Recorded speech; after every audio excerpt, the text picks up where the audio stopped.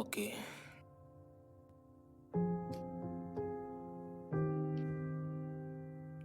இன்னைக்கு Sunday. So time கரெக்டாக 9:10. காலை எழுந்திரிச்ச டைம் நியர்பை ஒரு 7 கிட்ட இருக்கும்.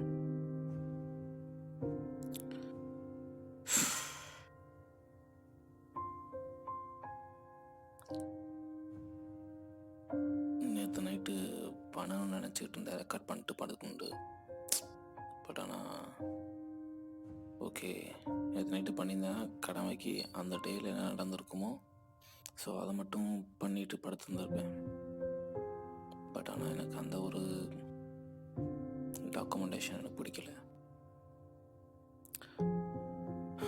கொஞ்சம் ஃப்ராங்காக நான் என்ன கண்டிஷனில், என்னோடய மைண்ட் செட்டு, என்னோடய டைம், என்னோடய லைஃப் இப்போ என்ன கண்டிஷனில் இருக்குது எல்லாத்தையுமே பார்க்கணும்னு தோணுச்சு. எல்லாத்தையும் ரீகேப் எல்லாத்தையும் திரும்ப பார்க்கணும்னு தோணுச்சு.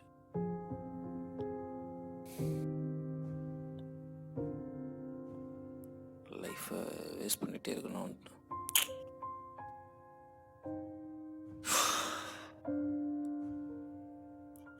எனக்கு தெரில, உண்மையிலே எனக்கு தெரில. ஸோ நான் என்ன பண்ணிகிட்ருக்கேன், என் லைஃப்பில் என்ன நடந்துகிட்ருக்கு, நான் ஏன் இப்படி இருக்கேன் புரியல.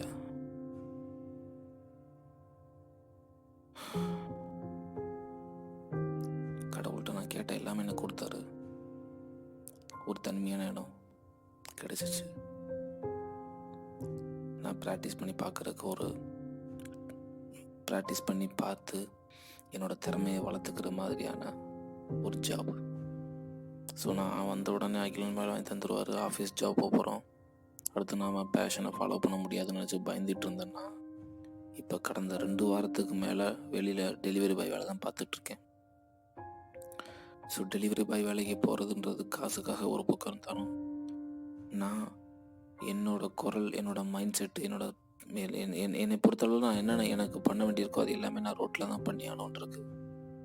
ஏன்னா வீட்டில் உட்காந்து என்ன ப்ராக்டிஸ் பண்ண முடியல, சத்தமாக கத்த முடியாது, தொண்டையை என்னோடய குரலை நான் ஷேப் பண்ண முடியாது. வண்டியில் போயிட்டுருக்கிறப்ப ரோட்டில் கத்திக்கிட்டே போயிட்டுருவேன். ரோட்டில் என்னை பார்த்து மற்றவங்க என்ன நினைப்பாங்கன்றதை பற்றி எனக்கு கவலை கிடையாது. கொஞ்சம் கொஞ்சமாக என்னோடய குரலோட இதை மாற்றணும், ஒரு சிங்கராக என்னோடய லைஃப்பை நான் யூடியூப்பில் ஸ்டார்ட் பண்ணணும் அப்படின்றது மைண்டில் ரொம்ப நாளாக எனக்கு ஓடிட்டுருக்கிற ஒரு விஷயம். ஸோ அந்த இதை நான் பண்ணணும்னு நினச்சிக்கிட்டு இருக்கிறப்போ எனக்கு பிளாக்காக வந்து நிற்கிறது என்னென்னு தெரியல.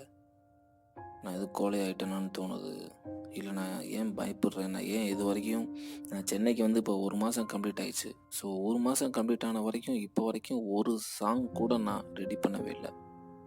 ஜஸ்ட்டு இன்னமும் ஒரு ஃப்ரீ ஸ்டைலில் என்னமோ ஏதோ நான் என்னோட ஏமாற்றிட்டு உனக்கு இன்னும் திறமை இருக்குடான்னு சொல்லிட்டு திரும்ப நான் ஞாபகப்படுத்துகிற மாதிரி அப்பப்போ மட்டும் வந்து சும்மா ஃப்ரீ ஸ்டைலில் ஏதாவது ஒரு டாபிக் எடுத்து உளறிட்டு கத்திட்டு அந்த நிமிஷம் அந்த ஒரு ஹாபி மாதிரி அதை என்ஜாய் பண்ணிட்டு கடந்து போயிட்டுருக்கேன். இந்த 1 மாதம் ஃபுல்லாமே நான் என்ன பண்ணணும் அப்படின்றத ஃபுல்லாக இது வரைக்கும் எதுவுமே கிளியர் கட்டாக ஸ்டெப்ஸ் எடுத்து வைக்கவே இல்லை.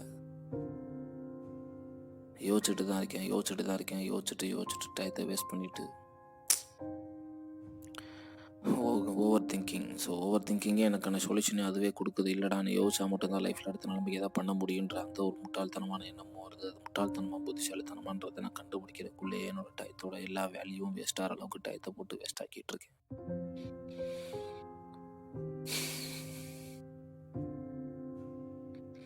அப்பப்போ பயம் வேறு வர ஆரம்பிச்சிருச்சு. இப்போது ஒருவேளை இதனால் நான் நினச்சிட்டு இருந்த எல்லாமே வந்து பொய்யான விஷயம் தானா, என்னோட தலையெழுத்து ஏதோ அந்த மாதிரி எழுதப்படலையா, இல்லைன்னா அதுக்கு தகுதி இல்லாதவனா, ஒருவேளை நான் சின்ன வயசுலேருந்து அதுக்காக ப்ராக்டிஸ் பண்ணி அந்த ஃபீல்டுக்குள்ளே போகிறதுக்காக என்ன நானே வலிமைப்படுத்தியிருக்கணுமான்ட்டு சந்தேகத்தனமான கேள்விகள் இப்போ அதிகமாகிட்டே போகிறது என்னால் ஃபீல் பண்ண முடியுது.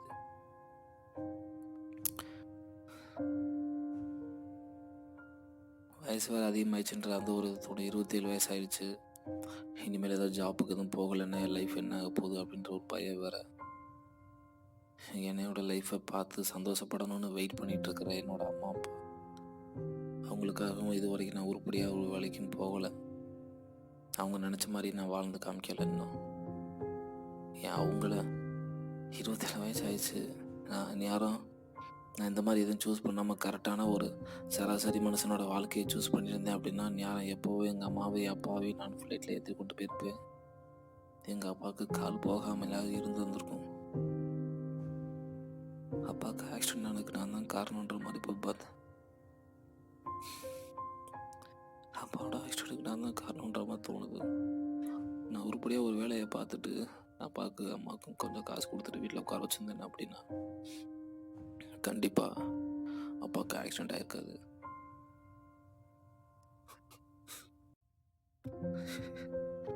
நான் என்னோட ட்ரீமை ஃபாலோ பண்ணுறேன்ற பேரில் எங்கள் அம்மா அப்பாவை சஃபர் பண்ணிகிட்டு இருக்கேன்ற மாதிரி கில்ட்டி தான் இப்போ எனக்கு அதிகமாக இருக்குது.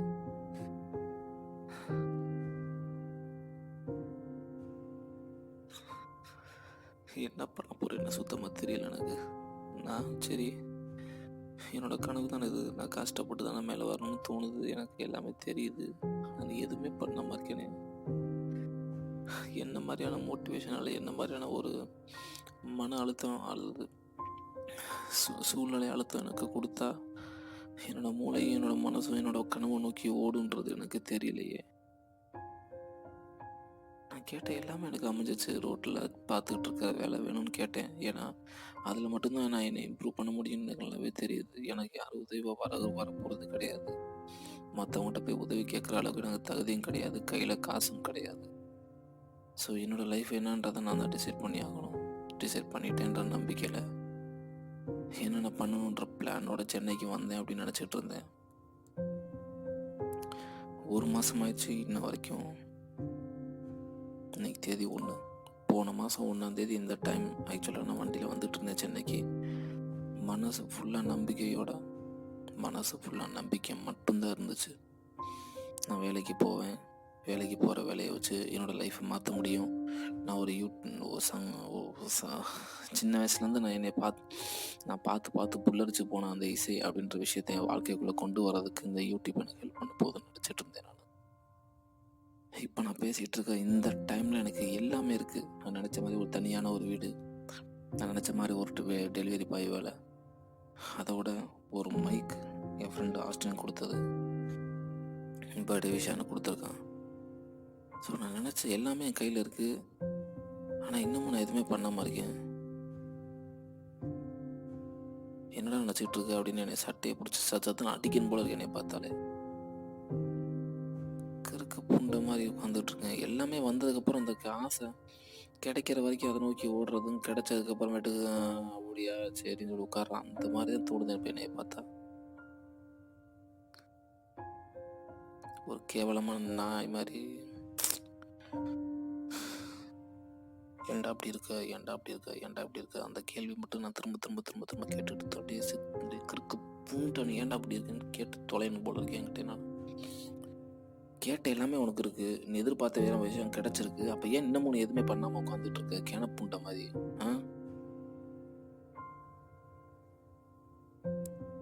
ஜனவரியில பிப்ரவரியில உனக்கு ஷூட்டிங் இருக்குன்னு சொல்லிட்டு பசங்க சொல்லியிருக்காங்க டீம். ஸோ தொப்பையை பார்த்தியா? இந்த தொப்பை புண்டையோட நீ ஒரு காட்டுவாசி கூதியமா நடிக்க போறியா?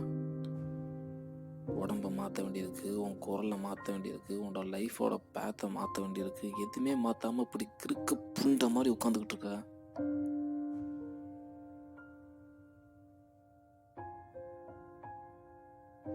நினச்சிட்டு இருக்கியா உனக்கு யாராவது ஹெல்ப் பண்ண வர போகிறாங்கன்ட்டு? வந்து ஹெல்ப் பண்ண கையை பிடிச்சி தூக்கி விடுவாங்க, வாப்பா நீ ஃபீல்டுக்குள்ளே போப்பா, நீ இவ்வளோ கூட கஷ்டப்பட்டுருக்க, உன் கஷ்டத்தில் நான் பார்த்துருக்கேன். எந்த மயிரும் வராது. உன் கூட இருந்து எல்லா கஷ்டத்தையும் பார்த்துட்டு இருந்தது எல்லாமே நீ மட்டும்தான்டாடி. உனக்கு தான் தெரியும். நீ தான் பார்த்த அப்பாவோட கால் உடஞ்சி எலும்பு வெளியில் நீட்டிக்கிட்டு இருக்கு, ரத்தம் கீழே விளைஞ்சிட்டு இருக்கு. அந்த நேரம் அப்பா அழுதுட்டு உன் கையை பிடிச்சிட்டு நீ எதுவும் பயப்படாதப்பான்னு சொன்னாங்க. ஏன் ஒருக்கா அம்மாவோட அழுக சத்தம்லாம் உனக்கு கேட்குதா? ஏன்னா அப்பாவை காலை எடுக்க போகிறாங்கன்னு சொன்ன உடனே சொன்னதுலேருந்து ஆப்ரேஷன் நடந்து முடிகிற வரைக்கும் 4 மணி நேரம் 5 மணி நேரத்துக்கு மேலே அப்பா அம்மா அம்மா நினச்சி அழுதுட்டு இருந்தாங்க. அப்பா நினச்சி நீ கூட வெளியில் அப்படியே கல் மாதிரி உட்காந்துட்டுன்னு சொல்லி திட்டுனாங்க. ஆனால் நீ நினச்சிட்டு இருந்தது அழுதுட்டோம் அப்படின்னா அந்த வலியோட தாக்கம் போயிடும், லைஃப்பில் அடுத்து மூவ் பண்ண மாட்டோன்ட்டு. பட் ஆனால் அம்மாவோட குரல், அந்த அழுதுட்டு இருந்த குரல் ஞாபகம் இருக்கா? அம்மாவோட முகம் ஞாபகம் இருக்கா?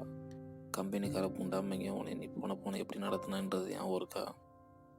உன்னை நம்பி உனக்குன்ட்டு ஒரு லைஃப் அமைக்கணும், உன் மூலமாக தன்னோட லைஃப் மாறும் உன்னை நம்பிட்டு இருக்கோம். ஃப்ரெண்ட்ஸோட முகங்கள் ஞாபகம் இருக்கா? நீ என்ன பண்ண போகிறேன்றதை நினச்சிட்டு இருந்தது ஞாபகம் இருக்கா?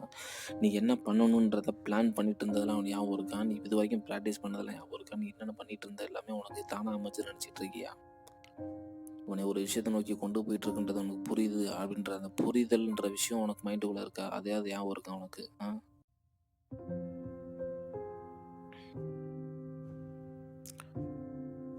யோசிச்சு பாராடே.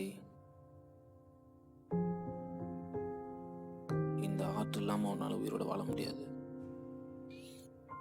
கண்டிப்பாக உன் கையில் எவ்வளவோ காசு கொடுத்தாலும், என்ன மாதிரியான என்ஜாய்மெண்ட் பண்ணாலும், உனக்கு தேவையான ஆர்ட் அது இல்லாமல் உனக்கு அந்த என்ஜாய்மெண்ட்டே கிடையாது. உனக்கு ஆல்ரெடி தெரிஞ்சிருச்சு, அது புரிஞ்சு வச்சிருச்சு. இந்த 100 நாள் நோ ஃபேப் அப்படின்றத நீ ஃபாலோ பண்ணி உனக்கு அந்த செக்ஸ்ன்ற விஷயத்துன்றதை புரிஞ்சுப்பேன்னு நினைக்கிறேன்.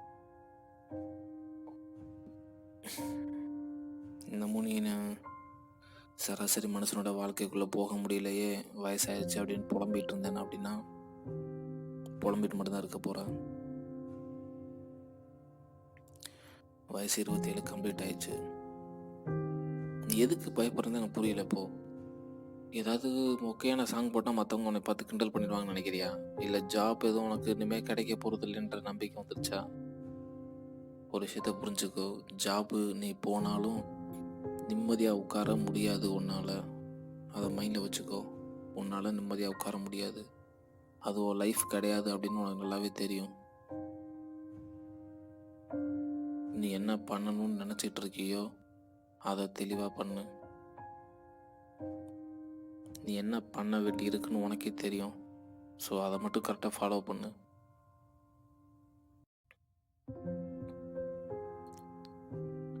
உன் கையில் இருக்கிறது டைம் மட்டும்தானடி. நீ டயத்தை வேஸ்ட் பண்ணிட்டு லைஃப்பை கிராஸ் பண்ணிட்டு இருக்கிறது, நீ நினச்சிட்டு இருக்கிற அந்த கனவை உனக்கு கொண்டு வந்து கொடுக்க போகிறது கிடையாது. நீ எந்த மாதிரி உன்னை வடிவமைக்கிறியோ அதுக்கேற்ற மாதிரி, நீ வடிவமைச்ச அந்த வடிவத்துக்கு ஏற்ற மாதிரியான வாழ்க்கை தான் உனக்கு அமையும். அதை புரிஞ்சுட்டு ஏதாச்சும் பண்ணு. கண்டிப்பாக யூடியூப்பில் சம்பாதிக்க முடியுன்ற நம்பிக்கை உனக்கு இருக்குல்ல? ஏன்னா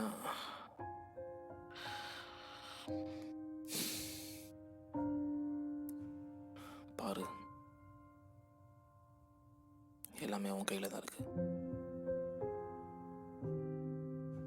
எல்லாமே உன் கையில் தான் இருக்கு. எல்லாமே உன் கையில். எல்லாம்